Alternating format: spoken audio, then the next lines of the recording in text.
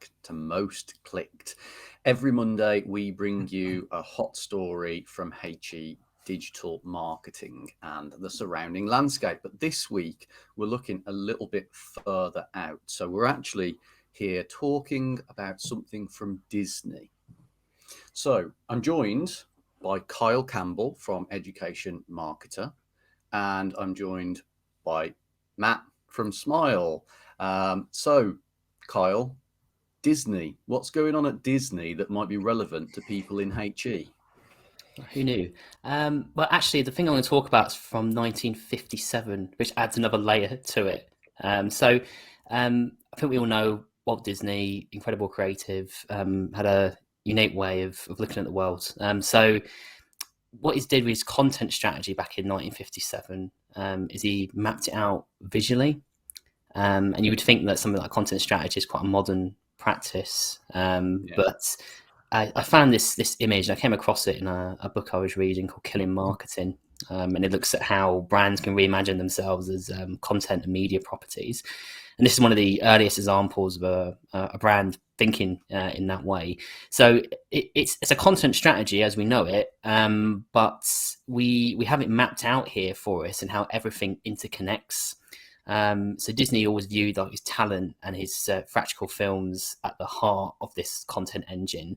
But you can see how he's got all those different areas and media properties like laid out and how they all interconnect with each other. So you can see, for instance, how something like theatrical films link into TV, comic books, and then how comic books feed back into other things. So it literally does become an engine for generating interest and growing audiences. It's a fascinating look at how you can lay out your content strategy and think about content in a new and refreshing way. Yeah, I think for me it's a really cool piece and actually really quite reassuring because we had done at Smile, we'd done a bunch of work earlier this year in terms of picking out the various sales tools that we've got and understanding the relationship between them. And for that, we used a tool called Miro for visually mapping that out. So it was reassuring to look all the way back to 1957 and to draw comparisons between us and Disney. But Kyle, in your original piece, you had talked about how it had changed your approach to creating content strategy. I'm interested to hear what changed and tools like Miro, something that people should be looking to use in order to map those things out. Yeah, I think you're 100% right on the visual element there. There's two ways for me. I mean, I think there's a temptation to approach a content strategy almost like a marketing plan where you follow the sauce tap model and you cascade yourself down to the end result from strategy down to tactics, etc. But a lot of the time when you think about content, you do need to think a bit more like a publisher, and that's more in the space of regular publishing, cadence, growing audience, and it's very hard to capture that in a more linear document. So for me, it's helped me for my own business see how everything fits together, because I think when you're a creator and you're putting out content regularly, you need to have a bigger picture of where you're going with it. Otherwise, you're just publishing for no reason and you don't see how things connect together. But also, I see this through the lens of universities as well. And if you think of like Disneyland as an element, and then you compare it to like a university campus, quite different. But you can see how a university could have a content map like this. So you'd have like your content team and your students at the heart of it, your marketing team at the heart, and your various academic talent.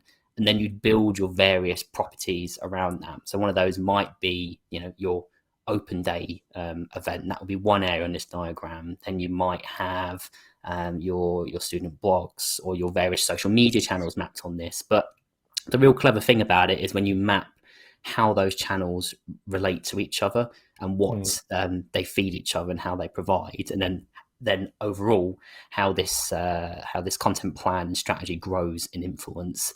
And just looking at it in this lens will automatically help you think about it in a different way. So it's a good approach if you want to perhaps review how you're doing things and maybe explore how you can do this with your team in a new way.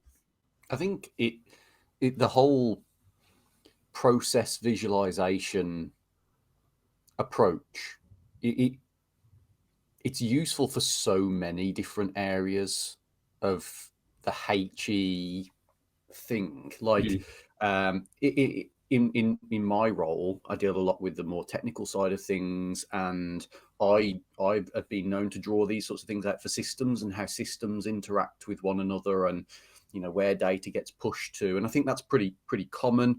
But then there's also how marketing could leverage that and see the process between admissions and marketing, and how and that then is almost like student journey mapping a little bit. This is something that many people have tried to attempt with the user journey mapping exercise that universities have no doubt attempted in but I think there's no better. I'm with Matt. Like, I've used Miro, obviously, as Matt's alluded to, and I love Miro. It's really good for kind of formalizing those processes and remote work and stuff like that. But I think a lot of people will really enjoy getting into a room, maybe around a whiteboard, and just whiteboarding it out. This is kind of thinking out loud. But I also think there's a great part of that process, which is formalizing that thought process and having a visual that you can reference rather than just a boring Word doc. It feels so much easier to understand a visual. I don't know whether you two agree with that. Yeah, 100%. And just those relationships between different pots and the some of the arrows in the Disney go backwards and forwards. So to understand how individual elements can power one another, I thought that was quite interesting. Well, yeah, and I think, like, with tools like Miro are so great because they can be contextual. So if you need more information about a certain activity, system, piece of content, whatever, it can link off to that. So having a digital document that you can share might actually improve that, might take it from Mr. Disney's hand-drawn approach 50, 60 years ago and kind of elevate that to the 2022 version.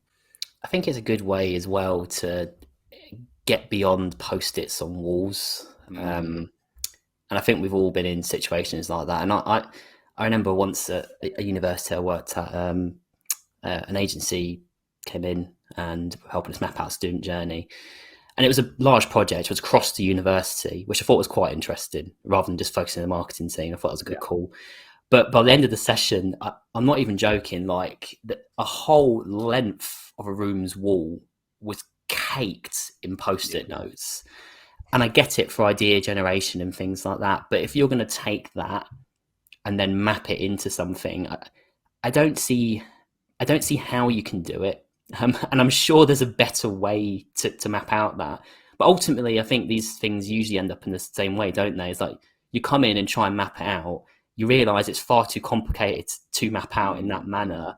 And then the work doesn't reach its full potential. But seeing something like this where, rather than necessarily focusing deep down into the journey necessarily, you look at what sort of content you want to be publishing regularly. It might be a different way into that. And obviously the journey is still important, but, thinking about your content and thinking like a publisher is probably an easier way into these more complicated problems that come a little bit further down the line there.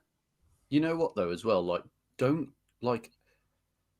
those exercises that you've talked about, I've heard about those before, and it always feels like they try and crack it in an hour or in a half day session. Like, that's never going to happen. Like, it needs to be a living document.